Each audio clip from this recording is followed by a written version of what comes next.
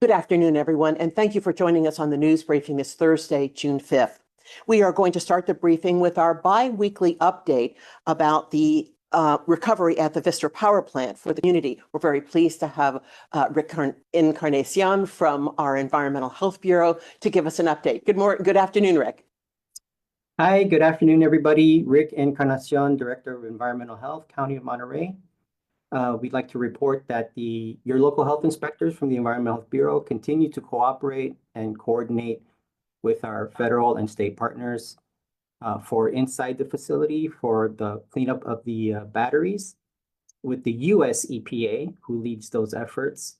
And then outside of the area within the community, your local health inspectors from the Environmental Health Bureau are helping leading the effort. We are continuing with our community sampling plan. We have about 3 more sites to collect samples from. We have our dashboard online in a GIS mapping format, and our contact information on the website, and I'm going to post that in the chat, as well as the link to the dashboard.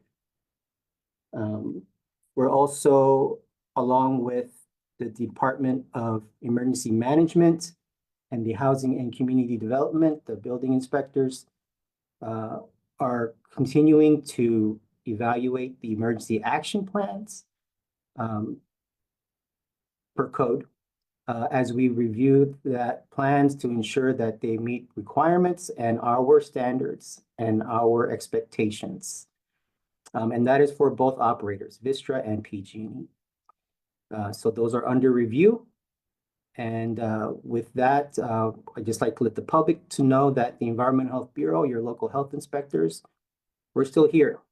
We will continue to ensure that services are provided with respects to ensuring that we continue to monitor and evaluate, assess the environmental impacts that this incident has brought about and may need to continue for further monitoring and ensuring responsible parties are accountable. And with that, that's the end of my report, and I'll be ready for any questions. Thank you. Rick, thank you very much. And thank you for also including information about the EAP and its review. I'm wondering if you could talk a little bit about that. That has certainly come up with the recent incident and then with recent communication from PG&E regarding their facility. Sure. An emergency action plan, much like exists for many other kinds of businesses. And in terms of county services, it's a plan. It's a plan that allows for coordination and communication during a significant incident. For instance, we have many ammonia plants here in the county that run refrigeration, or refrigeration plants in the ag community that have refrigerant, ammonia. And in case of an accidental release, we apply and review and implement the actions set forth in the emergency action plan. Same with the dam in Nacimiento River. These are plans that coordinate efforts, inform, and with respects to the battery plants, we're definitely taking into account past incidents, what we've learned, and again, like what I've mentioned, our expectations. So those are under review, and the major reviewers within the county include the Environmental Health Bureau, the Department of Emergency Management, Housing and Community Development, our building inspectors, zoning officials. Along with that also is the North County Fire and any other agency that would be involved with emergency response, fire, law enforcement, etc. Thank you, Rick. We've talked a lot about that plan, but not many people may be aware of exactly what it is and that review. Are there any other questions for Rick before we move on to our next topic? I see nothing in chat and I'm not seeing any hand raised. Rick, thank you very much for this update. We really do appreciate it. And for those who follow with this with interest, the next update will be at the Board of Supervisors later this month, and we'll get the word out about that update as well. Thank you very much, Rick. New this week, related to the Vista facility, are the results of a regional survey that was conducted in response to the battery fire. Now, the survey was conducted by 2 county health departments, and the results offer some valuable insights. We're very pleased to have Dr. Moreno from our Public Health Bureau with the county to talk about the survey and the results. Good afternoon, Dr. Moreno. Good afternoon, Mayor. Can you hear me okay? Sure can. Great. Hello, everyone. So, Ed Moreno, I'm the Public Health Director for Monterey County, and I also serve as the Health Officer. So, yes, the Health Department's released results of a survey that we conducted following the Moss Landing Battery Facility fire. And the objective of the survey was twofold. One is to gather information about what concerns individuals may have had about their health during and following the fire, and also to gather information about how individuals may have received notifications and guidance during the event. In addition, the purpose of the survey was to inform current and future public health response strategies. So I'd like to share just a little bit of information about the results at this time, but before I do that, I want to thank everyone who took the time to complete the survey. We really do appreciate your participation and your input. So regarding the respondents, a little over 1,500 surveys were completed and submitted. Of those, most responders, about 65%, lived or worked in Monterey County, followed by approximately 25% from Santa Cruz County, and all other respondents lived or worked in other counties. The highest response rate was seen in the area immediately surrounding Moss Landing. Now, regarding health impacts, about 82% of, about 1,200 responders, which is about 82% of those that responded to the survey, they reported experiencing at least one symptom following the fire. In addition, 286 respondents sought care for the symptoms, and most of those contacted or visited their primary care provider. And finally, there were concerns about environmental impacts as well as health impacts, and both environmental and health impacts were equally noted on the survey results. And regarding emergency communication, the respondents learned about the incident through various sources, with most reporting that they'd received information from the news, social media, and from family and friends. In addition, many individuals reported that not receiving notifications through the county alert systems. Now, as I've already mentioned, the purpose of the survey was to inform current and future public health response strategies.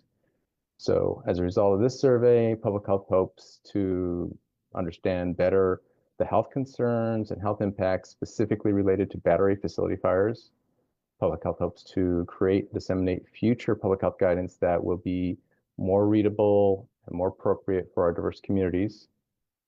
Also we hope to encourage members of the public to enroll in emergency alert systems if they're not already enrolled. And finally, to increase the number of our medical providers that participate in our public health advisory system.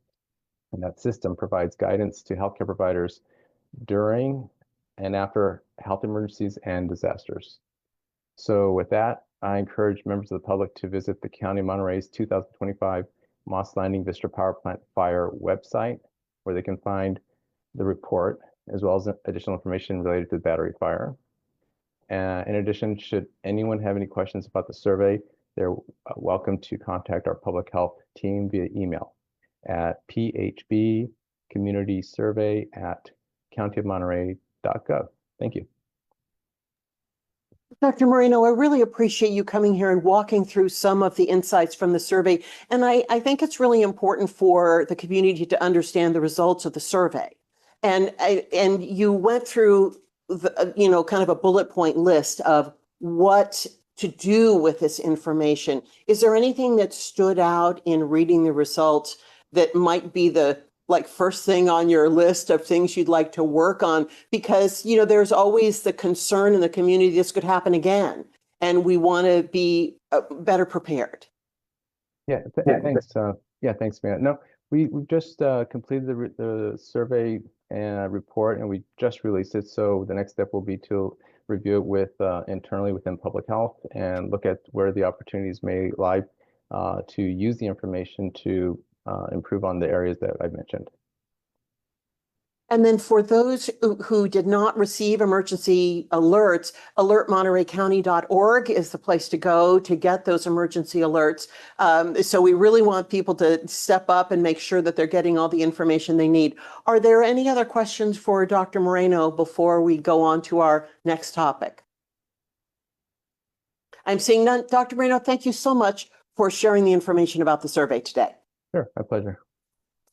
So our last topic, last but not least, last year, Hitchcock Road Animal Services adopted 60 pets into new homes in one day as part of a statewide Adopt a Pet Day. And they are hoping to do the same or better this year. We're very pleased to have Cindy Burnham with Hitchcock Road Animal Services here to talk about this special event coming up this weekend.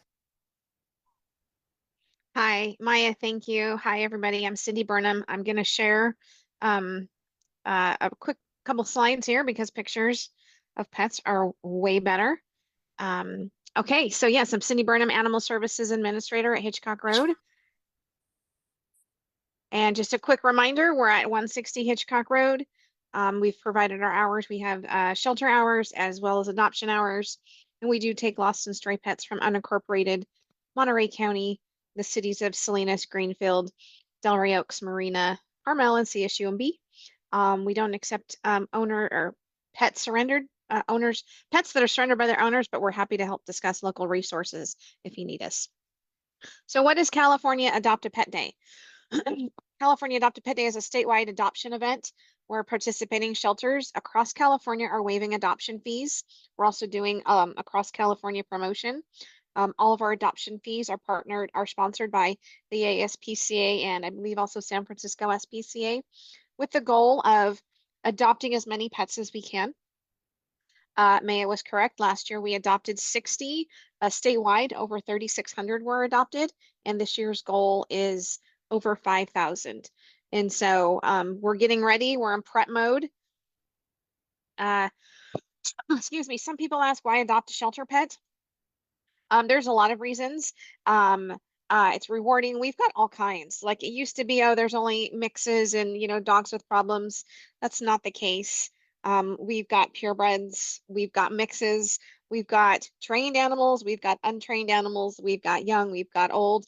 There's really, it's not as specific as the dogs that have problems or, you know, we have it all these days. I've seen more purebreds in the last couple of years than I think I've seen in 15.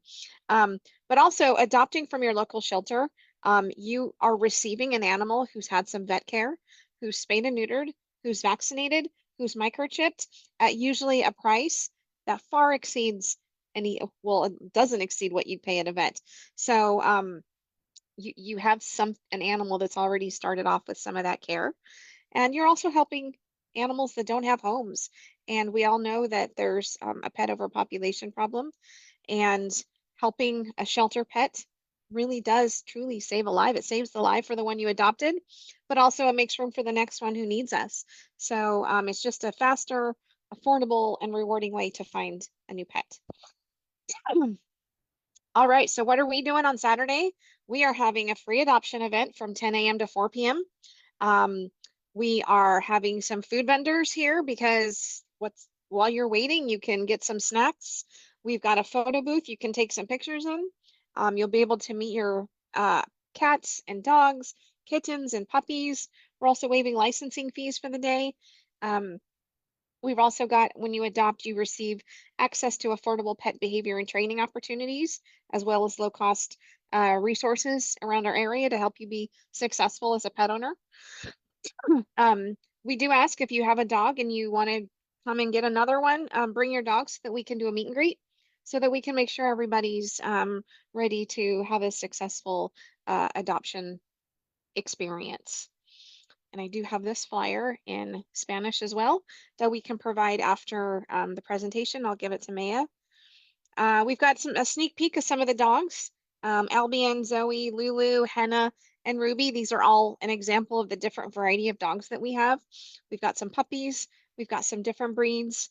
Cats, I did not put little kittens on here because everybody wants kittens. We will have kittens, they will be there.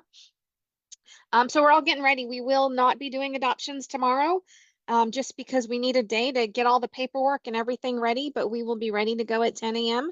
I do recommend folks get here a little earlier if there's a specific pet they are looking for. Last year we had folks lining up at 9 a.m. So we are just going to be ready to start adopting out these pets. Cindy, first of all, I'm already in love with all the pictures that you just put up. So adorable. Was that a tripod cat that I saw in one photo? It was Equinox. So Equinox is our kind of our shelter favorite right now. He came in with actually a really badly broken front leg, and so we couldn't save the leg. So we did amputate it. Equinox very much wants to be the only cat in the household. But he's super sweet here and he's getting around, not a problem with those 3 legs. And then talk a little bit more about the training opportunities, because that is a real bonus for people that adopt a pet, where you're getting the value of the veterinary services and the vetting of the animal, but you've got to kind of bond with each other and get to know what is expected and know what the rules are. And that training can be just a real value added. Yes, so we've partnered with Good Pup, and Good Pup offers one-on-one, like online training sessions. You get, when you adopt, we give you a QR code, you get the first week free, and then you can sign up, and actually anybody can sign up. It's not just for adopters, but we know there's a struggle to find cost-effective and time-effective training for pups. And so we've had good success with folks going through Good Pup and using them as a resource when that puppy you adopted is, you need a little help with them, or if it will help keep a successful pet relationship, then it's a great resource. And again, you can share it with anybody. So all adoptions come with that resource. Thank you, Cindy. So remind everyone again, it's a Saturday from 10 to 4, and also things that people should bring along with them. Yes, so it's 10 to 4. We will, it'll be out front. You can't miss us.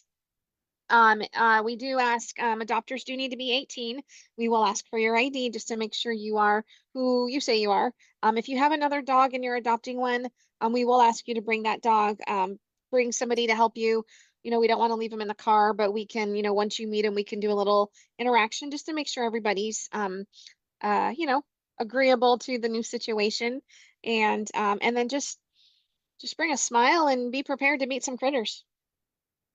And I can tell you it's a lot of fun. I'm a multiple shelter fail adopter. So it's really worth people's time to come down, meet them. I think people will be very pleasantly surprised to see the fantastic animals that you have there. Yeah, no, we're excited. Our goal is, if we don't have 60, is everything that's adoptable gets adopted. We want to clear the house. Sounds good to me. Thanks very much, Cindy. And thanks everyone for joining us on the news briefing this week. Our next briefing is next week, and we'll see you then.